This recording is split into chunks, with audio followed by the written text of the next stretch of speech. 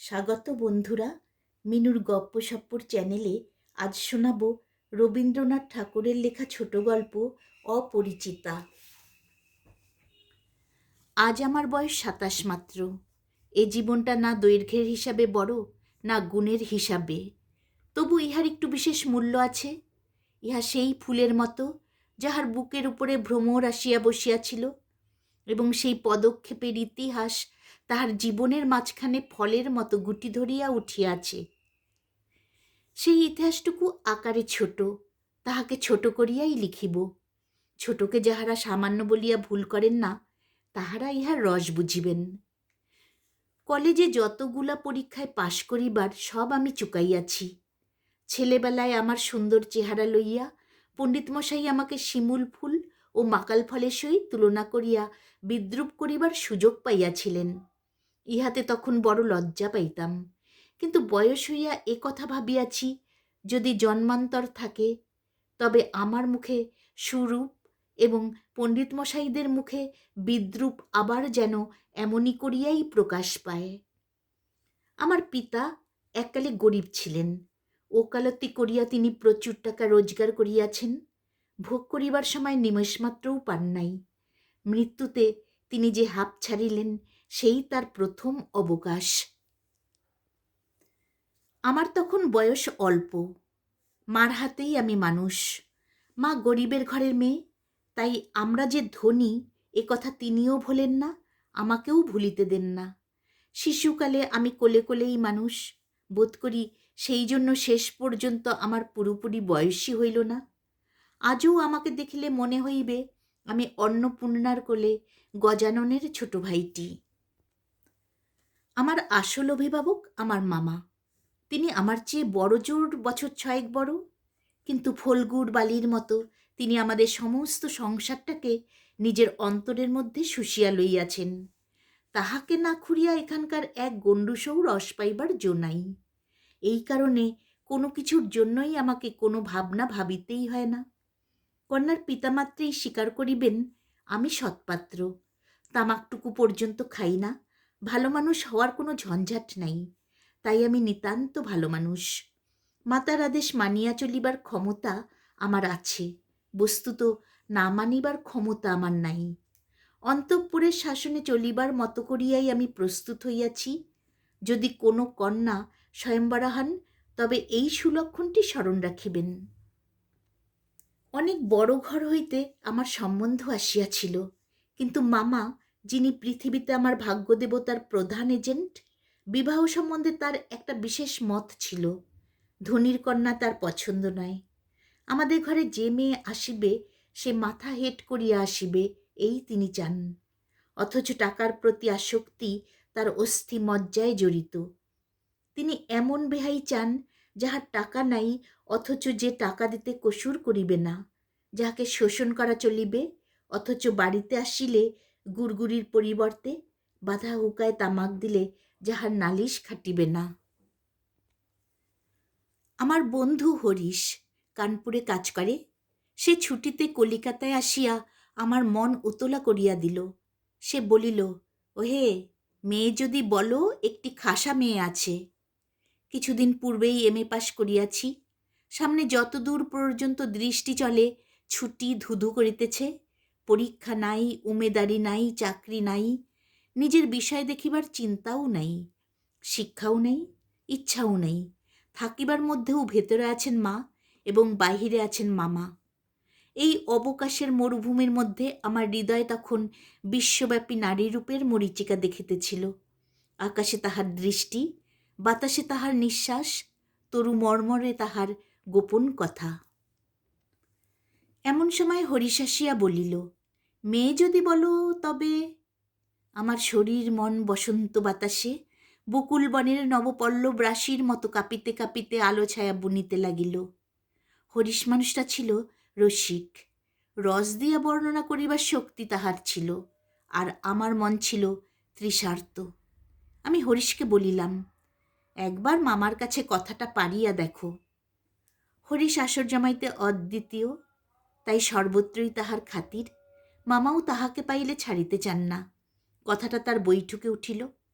মেয়ের চেয়ে মেয়ের বাপের খবরটাই তাহার কাছে গুরুতর। বাপের অবস্থা তিনি যেমনটি চান তেমনই। এককালে ইহাদের বংশে লক্ষ্মী মঙ্গলঘাট ভরা ছিল, এখন তাহা শূন্য বলিলেই হয়। অথচ তলায় সামান্য কিছু বাকি আছে। দেশে বংশমর্যাদা রাখিয়া চলা সহজ নয় বলিয়া ইনি পশ্চিমে গিয়ে বাস করিতেছেন। সেখানে গরিব গৃহস্থের মতোই থাকেন। একটি মেয়ে ছাড়া তাহার আর নাই। সুতরাং তাহারই পশ্চাতে লক্ষ্মীর ঘরটি একেবারে উপুর করিয়া দিতে দ্বিধা হইবে না। এসব ভালো কথা, কিন্তু মেয়ের বয়স যে 15, তাই শুনিয়া মামার মন ভার হইল। বংশে তো কোনো দোষ নাই? না, দোষ নাই। বাপ কোথাও তার মেয়ের যোগ্য বর খুঁজিয়া পান না। একে তো বরের হাট মহার্ঘ, তাহার পরে ধনুক ভাঙাপন।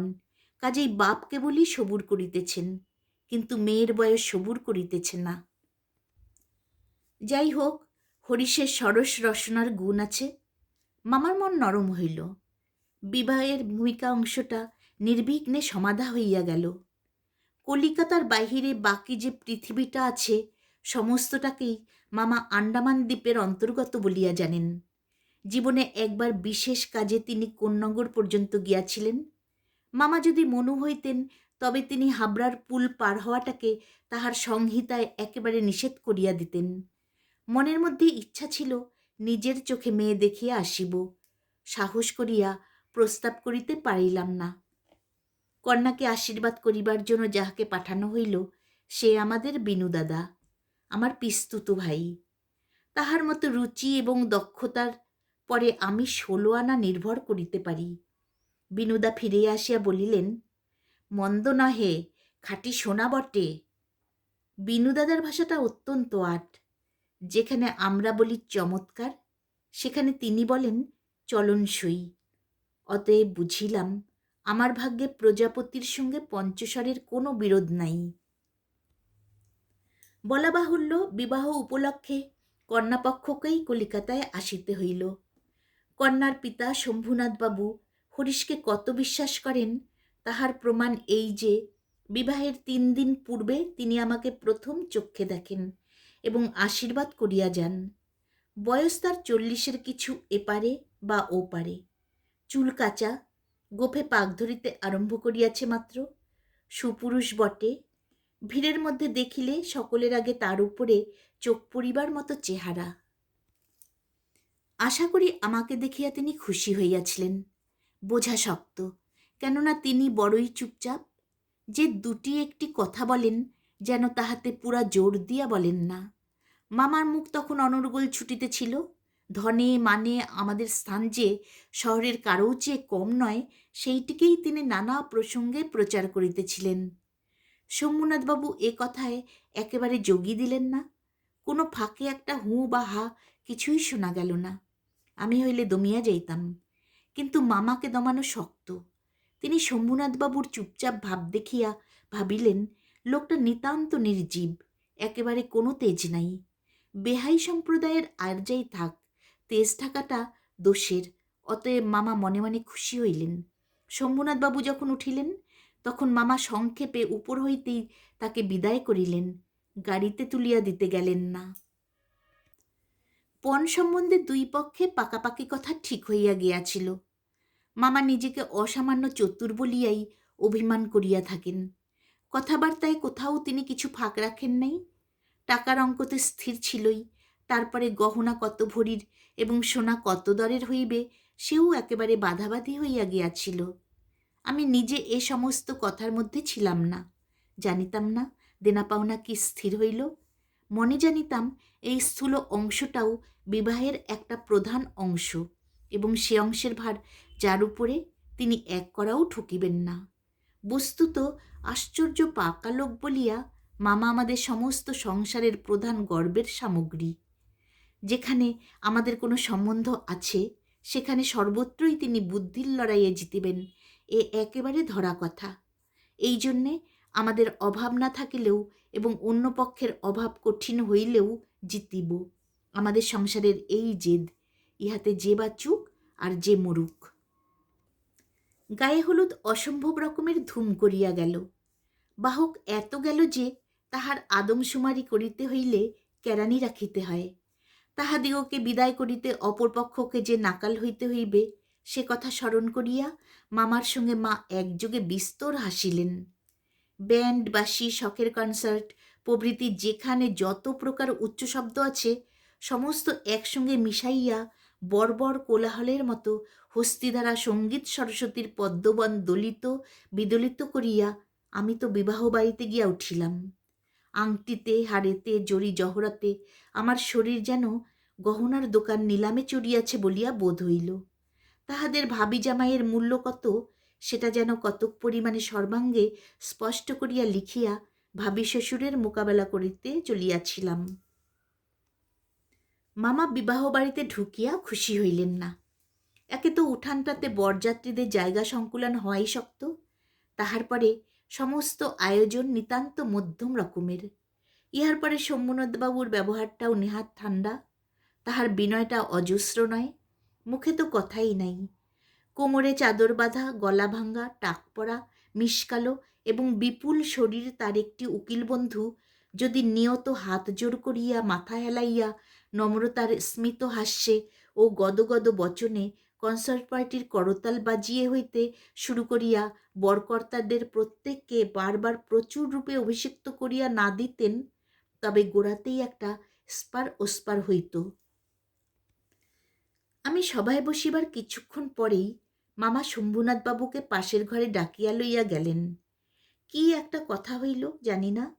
কিছুক্ষণ পরেই শম্ভুনাথবাবু আমাকে আসিয়া বলিলেন, বাবাজি, একবার এই দিকে আসতে হচ্ছে। ব্যাপারখানা এই, সকলের না হোক কিন্তু কোনো কোনো মানুষের জীবনের একটা কিছু লক্ষ্য থাকে। মামার একমাত্র লক্ষ্য ছিল তিনি কোনো মতেই কারো কাছে ঠকিবেন না। তার ভয় তার বেহাই তাকে গহনায় ফাঁকি দিতে পারেন। বিবাহ কার্য শেষ হইয়া গেলে সে ফাঁকির আর প্রতিকার চলিবে না। বাড়ি ভাড়া, সওগাত, লোকবিদায় প্রভৃতি সম্বন্ধে যেরকম টানাটানির পরিচয় পাওয়া গেছে, তাহাতে মামা ঠিক করিয়াছিলেন দেয়াত হওয়া সম্বন্ধে এ লোকটির শুধু মুখের কথার উপর ভর করা চলিবে না। সেই জন্য বাড়ির শ্যাকরাকে শুদ্ধ সঙ্গে আনিয়াছিলেন। পাশের ঘরে গিয়া দেখিলাম মামা এক তক্তপোষে এবং শ্যাকরা তাহার দাড়িপাল্লা, কষ্টিপাথর প্রভৃতি লইয়া মেজেই বসিয়া আছে। শম্ভুনাথবাবু আমাকে বলিলেন, তোমার মামা বলিতেছেন বিবাহের কাজ শুরু হইবার আগেই তিনি কনের সমস্ত গহনা যাচাই করিয়া দেখিবেন। ইহাতে তুমি কি বলো? আমি মাথা হেট করিয়া চুপ করিয়া রহিলাম। মামা বলিলেন, ও আবার কি বলিবে? আমি যা বলিব তাই হইবে। শম্ভুনাথবাবু আমার দিকে চাহিয়া কহিলেন, সেই কথা তবে ঠিক, উনি যা বলিবেন তাই হইবে? এ সম্বন্ধে তোমার কিছুই বলিবার নাই? আমি একটু ঘাড় নাড়ার ইঙ্গিতে জানাইলাম, এসব কথায় আমার সম্পূর্ণ অনধিকার। আচ্ছা, তবে বসো, মেয়ের গা হইতে সমস্ত গহনা খুলিয়া আনিতেছি। এই বলিয়া তিনি উঠিলেন। মামা বলিলেন, অনুপম, এখানে কি করিবে?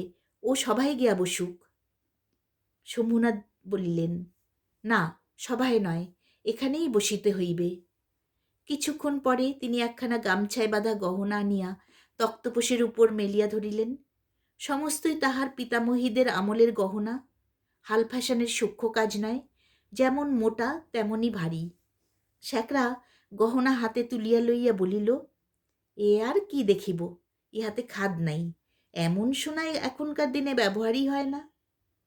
এই বলিয়া সে মকর মুখা মোটা একখানা বালায় একটু চাপ দিয়া দেখাইল তাহা বাকিয়া যায়। মামা তখনই তার নোট বইতে গহনাগুলির ফর্দ টুকিয়া লইলেন। পাছে যাহা দেখানো হইল তাহার কোনোটা কম পড়ে। হিসাব করিয়া দেখিলেন গহনা যে পরিমাণ দেবার কথা এগুলির সংখ্যায়, দরে এবং ভারে তার অনেক বেশি। গহনাগুলির মধ্যে একজোড়া ইয়ারিং ছিল। শম্ভুনাথ সেইটে শ্যাকরার হাতে দিয়া বলিলেন, এইটে একবার পরখ করিয়া দেখো। শ্যাকরা কহিল, ইহা বিলাতি মাল, ইহাতে সোনার ভাগ সামান্যই আছে। শম্ভুবাবু ইয়ারিং জোড়া মামার হাতে দিয়া বলিলেন, এটা আপনারাই রাখিয়া দিন। মামা সেটা হাতে লইয়া দেখিলেন, এই ইয়ারিং দিয়াই কন্যাকে তাহারা আশীর্বাদ করিয়াছিলেন। মামার মুখ লাল হইয়া উঠিল। দরিদ্র তাহাকে ঠকাইতে চাহিবে, কিন্তু তিনি ঠকিবেন না, এই আনন্দ সম্ভোগ হইতে বঞ্চিত হইলেন এবং তাহার উপরেও কিছু উপরিপাওনা জুটিল। অত্যন্ত মুখ ভার করিয়া বলিলেন, অনুপম, যাও, তুমি সভায় গিয়ে বসোগে। শম্ভুনাথবাবু বলিলেন, না, এখন সভায় বসিতে হইবে না, চলুন, আগে আপনাদের খাওয়াইয়া দিই। মামা বলিলেন, সে কি কথা, লগ্ন? শম্ভুনাথবাবু বলিলেন, সেজন্য কিছু ভাবিবেন না, এখন উঠুন। লোকটি নেহাত ভালো মানুষ ধরনের, কিন্তু ভিতরে বেশ একটু জোর আছে বলিয়া বোধ হইল। মামাকে উঠিতে হইল। বরযাত্রদেরও আহার হইয়া গেল।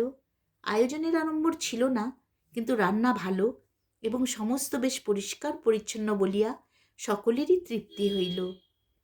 বরযাত্রদের খাওয়া শেষ হইলে শম্ভুনাথবাবু আমাকে খাইতে বলিলেন।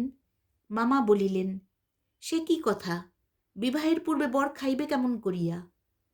এ সম্বন্ধে মামার কোনো মতপ্রকাশকে তিনি সম্পূর্ণ উপেক্ষা করিয়া আমার দিকে চাহিয়া বলিলেন, তুমি কি বলো, বসিয়া যাইতে দোষ কিছু আছে? মূর্তিমতী মাতৃআজ্ঞা স্বরূপে মামা উপস্থিত, তার বিরুদ্ধে চলা আমার পক্ষে অসম্ভব। আমি আহারে বসিতে পারিলাম না। তখন শম্ভুনাথবাবু মামাকে বলিলেন, আপনাদিগকে অনেক কষ্ট দিয়াছি। আমরা ধনী নই, আপনাদের যোগ্য আয়োজন করিতে পারি নাই, ক্ষমা করিবেন। রাত হইয়া গেছে, আর আপনাদের কষ্ট বাড়াইতে ইচ্ছা করি না। এখন তবে? মামা বলিলেন, তা সভায় চলুন, আমরা তো প্রস্তুত আছি। শম্ভুনাথ বলিলেন, তবে আপনাদের গাড়ি বলিয়া দিই। মামা আশ্চর্য হইয়া বলিলেন, ঠাট্টা করিতেছেন নাকি? শম্ভুনাথ কহিলেন, ঠাট্টা তো আপনিই করিয়া সারিয়াছেন, ঠাট্টা সম্পর্কটাকে স্থায়ী করিবার ইচ্ছা আমার নাই। মামা দুই চোখ এত বড় করিয়া মেলিয়া অবাক হইয়া রহিলেন। শম্ভুনাথ কহিলেন, আমার কন্যার গহনা আমি চুরি করিব, এ কথা যারা মনে করে তাদের হাতে আমি কন্যা দিতে পারি না। আমাকে একটি কথা বলাও তিনি আবশ্যক বোধ করিলেন না, কারণ প্রমাণ হইয়া গেছে আমি কেহই নই। তারপরে যা হইল সে আমি বলিতে ইচ্ছা করি না। ঝাড় লণ্ঠন ভাঙ্গিয়া চুরিয়া জিনিসপত্র লণ্ডভণ্ড করিয়া বরযাত্রের দল দক্ষ যজ্ঞের পালা সারিয়া বাহির হইয়া গেল। বাড়ি ফিরিবার সময় ব্যান্ড, রোশন চৌকি ও কনসার্ট একসঙ্গে বাজিল না, এবং অভ্রের ঝাড়গুলো আকাশের তারার উপর আপনাদের কর্তব্যের বরাত দিয়া কোথায় যে মহা নির্বাণ লাভ করিল, সন্ধান পাওয়া গেল না। বাড়ির সকলে তো রাগিয়া আগুন।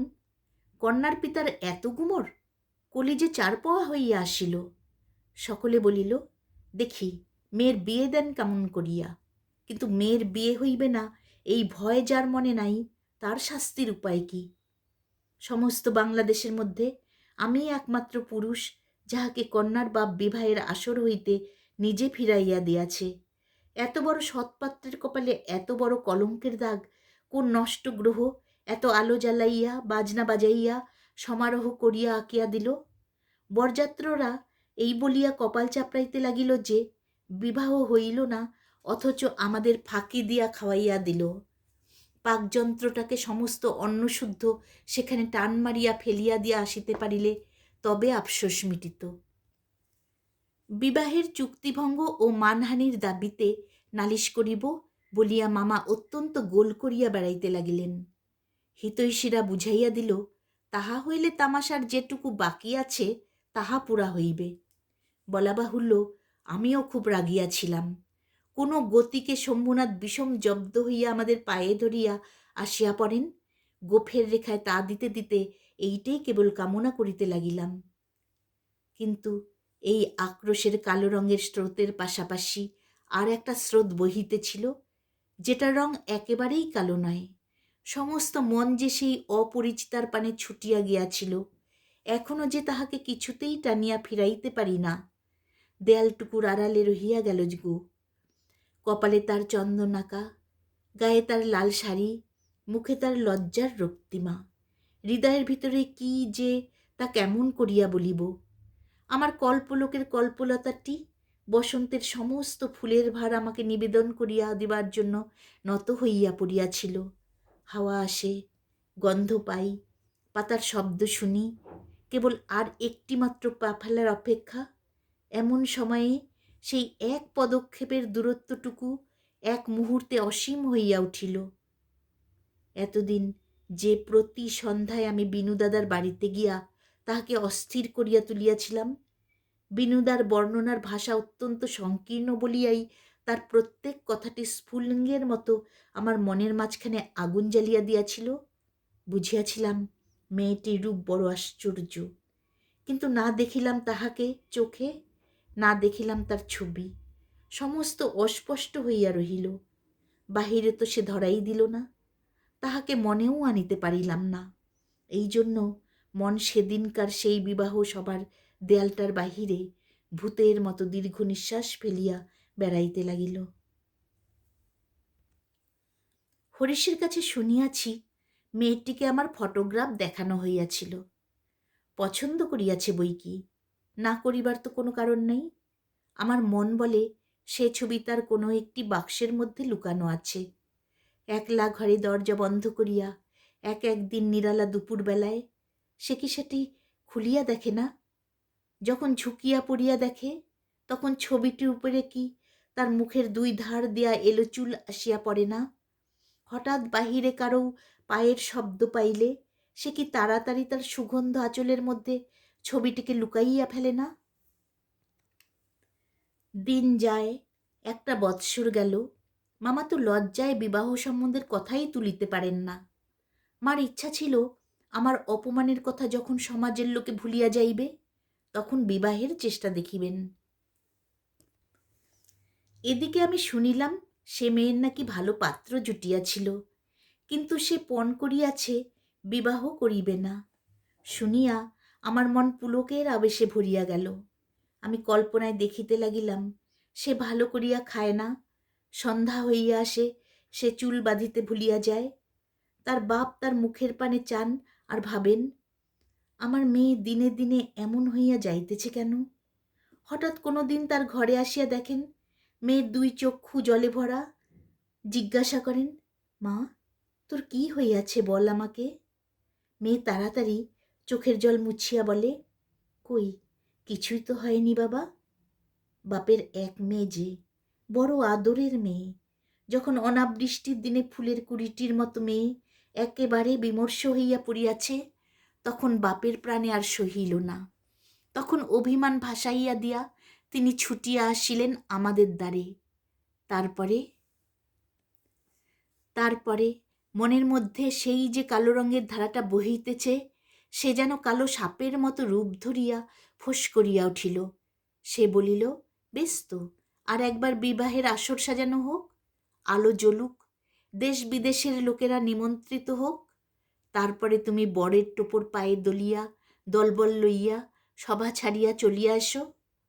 কিন্তু যে ধারাটি চোখের জলের মতো শুভ্র, সে রাজহংসের রূপ ধরিয়া বলিল, যেমন করিয়া আমি একদিন দময়ন্তীর পুষ্পবনে গিয়াছিলাম, তেমনি করিয়া আমাকে একবার উড়িয়া যাইতে দাও। আমি বিরহিণীর কানে কানে একবার সুখের খবরটা দিয়া আসি গে। তারপরে দুঃখের রাত পোহাইল, নববর্ষার জল পড়িল, ম্লান ফুলটি মুখ তুলিল। এবারে সেই দেয়ালটার বাহিরে রহিল সমস্ত পৃথিবীর আর সবাই, আর ভিতরে প্রবেশ করিল একটি মাত্র মানুষ। তারপরে আমার কথাটি ফুরালো। কিন্তু কথা এমন করিয়া ফুরাইল না। যেখানে আসিয়া তাহা অফুরান হইয়াছে, সেখানকার বিবরণ একটুখানি বলিয়া আমার এ লেখা শেষ করিয়া দিই। মাকে লইয়া তীর্থে চলিয়াছিলাম। আমার উপরেই ভার ছিল, কারণ মামা এবারেও হাবড়ার পুল পার হন নাই। রেলগাড়িতে ঘুমাইতেছিলাম। ঝাঁকানি খাইতে খাইতে মাথার মধ্যে নানা প্রকার এলোমেলো স্বপ্নের ঝুমঝুমি বাজিতেছিল। হঠাৎ একটা কোন স্টেশনে জাগিয়া উঠিলাম। আলোতে অন্ধকারে মেশা সেও এক স্বপ্ন। কেবল আকাশের তারাগুলি চিরপরিচিত, আর সবই অজানা, অস্পষ্ট। স্টেশনের দ্বীপ কয়টা খাড়া হইয়া দাঁড়াইয়া আলো ধরিয়া এই পৃথিবীটা যে কত অচেনা এবং যাহা চারিদিকে তাহা যে কতই বহু দূরে, তাহাই দেখাইয়া দিতেছে। গাড়ির মধ্যে মা ঘুমাইতেছেন। আলোর নিচে সবুজ পর্দা টানা, তোরঙ্গ বাক্স জিনিসপত্র সমস্তই কেকার ঘাড়ে এলোমেলো হইয়া রহিয়াছে। তাহারা যেন স্বপ্নলোকের উলটপালট আসবাব, সবুজ প্রদোষের মিটমিটে আলোতে থাকা এবং না থাকার মাঝখানে কেমন একরকম হইয়া পড়িয়া আছে। এমন সময়ে সেই অদ্ভুত পৃথিবীর অদ্ভুত রাত্রিকে বলিয়া উঠিল, শিগগির চলে আয়, এই গাড়িতে জায়গা আছে। মনে হইল যেন গান শুনিলাম, বাঙালি মেয়ের গলায় বাংলা কথা, সে যে কি মধুর তাহা এমনি করিয়া অসময়ে অজায়গায় আচমকা শুনিলে তবে সম্পূর্ণ বুঝিতে পারা যায়। কিন্তু এই গলাটিকে কেবলমাত্র মেয়ের গলা বলিয়া একটা শ্রেণীভুক্ত করিয়া দেয়া চলে না। এ কেবল একটি মানুষের গলা, শুনিলেই মন বলিয়া ওঠে, এমন তো আর শুনি নাই। চিরকাল গলার স্বর আমার কাছে বড় সত্য। রূপ জিনিসটি বড় কম নয়, কিন্তু মানুষের মধ্যে যাহা অন্তরতম এবং অনির্বচনীয়, আমার মনে হয় কণ্ঠস্বর যেন তারই চেহারা। আমি তাড়াতাড়ি গাড়ির জানালা খুলিয়া বাহিরে মুখ বাড়াইয়া দিলাম। কিছুই দেখিলাম না। প্ল্যাটফর্মের অন্ধকারে দাঁড়াইয়া গার্ড তাহার এক চক্ষু লণ্ঠন নাড়িয়া দিল। গাড়ি চলিল। আমি জানালার কাছে বসিয়া রহিলাম। আমার চোখের সামনে কোনো মূর্তি ছিল না, কিন্তু হৃদয়ের মধ্যে আমি একটি হৃদয়ের রূপ দেখিতে লাগিলাম। সে যেন এই তারাময়ী রাত্রির মতো আবৃত করিয়া ধরে, কিন্তু তাহাকে ধরিতে পারা যায় না। ওগো সুর, অচেনা কণ্ঠের সুর, এক নিমেষে তুমি যে আমার চিরপরিচয়ের আসনটির উপরে আসিয়া বসিয়াছ। কি আশ্চর্য পরিপূর্ণ তুমি! চঞ্চলকালের ক্ষুব্ধ হৃদয়ের উপরে ফুলটির মতো ফুটিয়াছ, অথচ তার ঢেউ লাগিয়া একটি পাপড়িও টলে নাই, অপরিমেয় কোমলতায় এতটুকু দাগ পড়ে নাই। গাড়ি লোহার মৃদঙ্গে তাল দিতে দিতে চলিল। আমি মনের মধ্যে গান শুনিতে শুনিতে চলিলাম। তাহার একটি মাত্র ধোঁয়া, গাড়িতে জায়গা আছে। আছে কি? জায়গা আছে কি? জায়গা যে পাওয়া যায় না, কেউ যে কাকেও চেনে না, অথচ সেই না চেনাটুকু যে কুয়াশা মাত্র, সে যে মায়া, সেটা ছিন্ন হইলেই যে চেনার আর অন্ত নাই। ওগো সুধাময় সুর, যে হৃদয়ের অপরূপ রূপ তুমি, সে কি আমার চিরকালের চেনা নয়? জায়গা আছে, আছে, শীঘ্র আসিতে ডাকিয়াছ, শীঘ্রই আসিয়াছি, এক নিমেষও দেরি করি নাই। রাত্রে ভালো করিয়া ঘুম হইল না। প্রায় প্রতি স্টেশনে একবার করিয়া মুখ বাড়াইয়া দেখিলাম। ভয় হইতে লাগিল, যাহাকে দেখা হইল না সে পাছে রাত্রে নামিয়া যায়। পরদিন সকালে একটা বড় স্টেশনে গাড়ি বদল করিতে হইবে। আমাদের ফার্স্ট ক্লাসের টিকিট। মনে আশা ছিল ভিড় হইবে না। নামিয়া দেখি প্ল্যাটফর্মে সাহেবদের আরদালি দল আসবাবপত্র লইয়া গাড়ির জন্য অপেক্ষা করিতেছে। কোনো এক ফৌজের বড় জেনারেল সাহেব ভ্রমণে বাহির হইয়াছেন। 2-3 মিনিট পরেই গাড়ি আসিল। বুঝিলাম ফার্স্ট ক্লাসের আশা ত্যাগ করিতে হইবে। মাকে লইয়া কোন গাড়িতে উঠি, সে এক বিষম ভাবনায় পড়িলাম। সব গাড়িতেই ভিড়।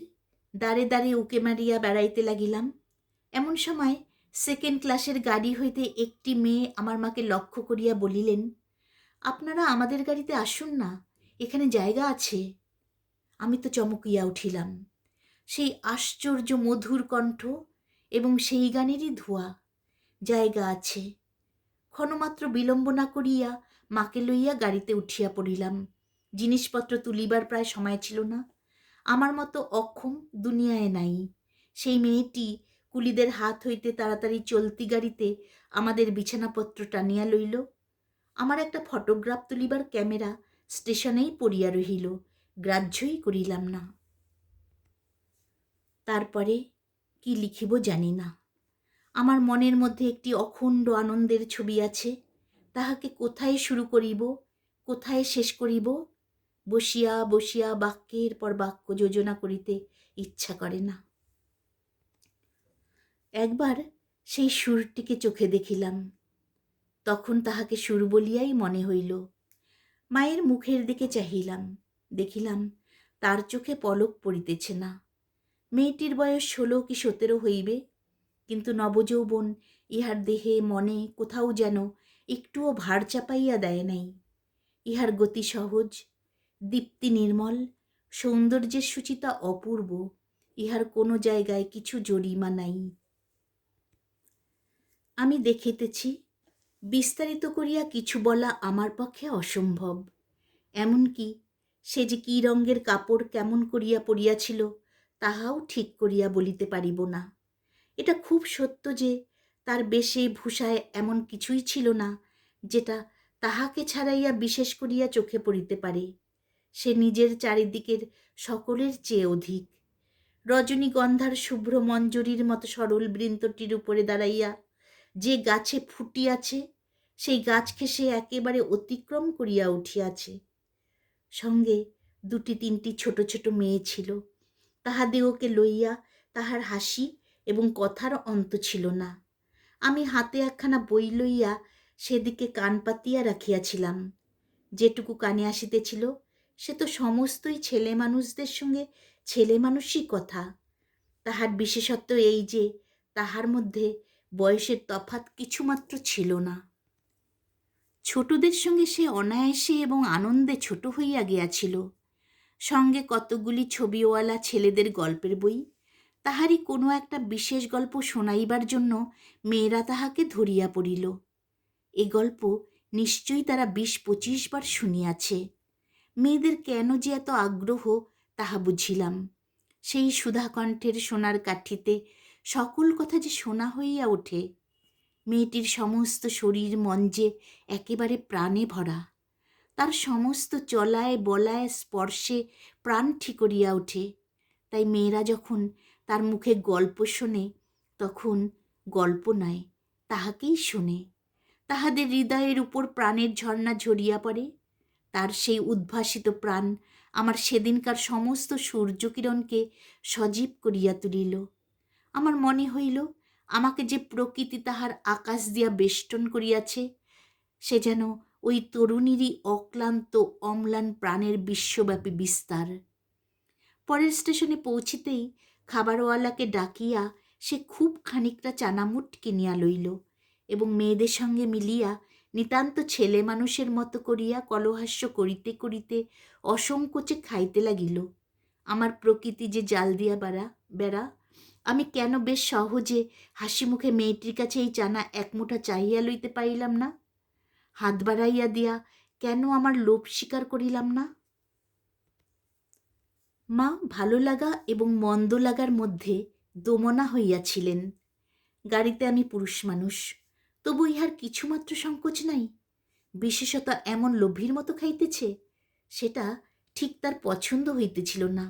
অথচ ইহাকে বেহায়া বলিয়াও তার ভ্রম হয় নাই। তার মনে হইল এ মেয়ের বয়স হইয়াছে কিন্তু শিক্ষা হয় নাই। মা হঠাৎ কারোর সঙ্গে আলাপ করিতে পারেন না। মানুষের সঙ্গে দূরে দূরে থাকাই তার অভ্যাস। এই মেয়েটির পরিচয় লইতে তার খুব ইচ্ছা, কিন্তু স্বাভাবিক বাধা কাটাইয়া উঠিতে পারিতেছিলেন না। এমন সময়ে গাড়ি একটা বড় স্টেশনে আসিয়া থামিল। সেই জেনারেল সাহেবের একদল অনুষঙ্গী এই স্টেশন হইতে উঠিবার উদ্যোগ করিতেছে। গাড়িতে কোথাও জায়গা নাই। বারবার আমাদের গাড়ির সামনে দিয়া তারা ঘুরিয়া গেল। মা তো ভয়ে আড়ষ্ট, আমিও মনের মধ্যে শান্তি পাইতেছিলাম না। গাড়ি ছাড়িবার অল্পকাল পূর্বে একজন দেশি রেলওয়ে কর্মচারী নাম লেখা 2খানা টিকিট গাড়ির 2 বেঞ্চের শেওরের কাছে লটকাইয়া দিয়া আমাকে বলিল, এই গাড়ির এই 2 বেঞ্চ আগে হইতেই 2 সাহেব রিজার্ভ করিয়াছেন, আপনাদিগকে অন্য গাড়িতে যাইতে হইবে। আমি তো তাড়াতাড়ি ব্যস্ত হইয়া দাঁড়াইয়া উঠিলাম। মেয়েটি হিন্দিতে বলিল, না, আমরা গাড়ি ছাড়িব না। সে লোকটি রোগ করিয়া বলিল, না ছাড়িয়া উপায় নাই। কিন্তু মেয়েটির চলিষ্ণুতার কোনো লক্ষণ না দেখিয়া সে নামিয়া গিয়া ইংরেজ স্টেশন মাস্টারকে ডাকিয়া আনিল। সে আসিয়া আমাকে বলিল, আমি দুঃখিত, কিন্তু শুনিয়া আমি কুলি কুলি করিয়া ডাক ছাড়িতে লাগিলাম। মেয়েটি উঠিয়া 2 চক্ষে অগ্নি বর্ষণ করিয়া বলিল, না, আপনি যাইতে পারিবেন না, যেমন আছেন বসিয়া থাকুন। বলিয়া সে দ্বারের কাছে দাঁড়াইয়া স্টেশন মাস্টারকে ইংরেজি ভাষায় বলিল, এ গাড়ি আগে হইতে রিজার্ভ করা, এ কথা মিথ্যা কথা। বলিয়া নাম লেখার টিকিটটি খুলিয়া প্ল্যাটফর্মে ছুড়িয়া ফেলিয়া দিল। ইতিমধ্যে আরদালি সমেত ইউনিফর্ম পরা সাহেব দ্বারের কাছে আসিয়া দাঁড়াইয়াছে। গাড়িতে সে তার আসবাব উঠাইবার জন্য আরদালিকে প্রথমে ইশারা করিয়াছিল। তাহার পরে মেয়েটির মুখে তাকাইয়া তার কথা শুনিয়া ভাব দেখিয়া স্টেশন মাস্টারকে একটু স্পর্শ করিল এবং তাহাকে আড়ালে লইয়া গিয়া কি কথা হইল জানি না, দেখা গেল গাড়ি ছাড়িবার সময় অতীত হইলেও আর একটা গাড়ি জুড়িয়া তবে ট্রেন ছাড়িল। মেয়েটি তার দলবল লইয়া আবার এক পত্তন চানামুট খাইতে শুরু করিল। আমি লজ্জায় জানালার বাহিরে মুখ বাড়াইয়া প্রকৃতির শোভা দেখিতে লাগিলাম। কানপুরে গাড়ি আসিয়া থামিল। মেয়েটি জিনিসপত্র বাঁধিয়া প্রস্তুত। স্টেশনে একটি হিন্দুস্তানি চাকর ছুটিয়া আসিয়া ইহাদিওকে নামাইবার উদ্যোগ করিতে লাগিল। মা তখন আর থাকিতে পারিলেন না, জিজ্ঞাসা করিলেন, তোমার নাম কি মা? মেয়েটি বলিল, আমার নাম কল্যাণী। শুনিয়া মা এবং আমি দুজনেই চমকিয়া উঠিলাম। তোমার বাবা? তিনি এখানকার ডাক্তার, তাহার নাম শম্ভুনাথ সেন। তারপরেই সবাই নামিয়া গেল।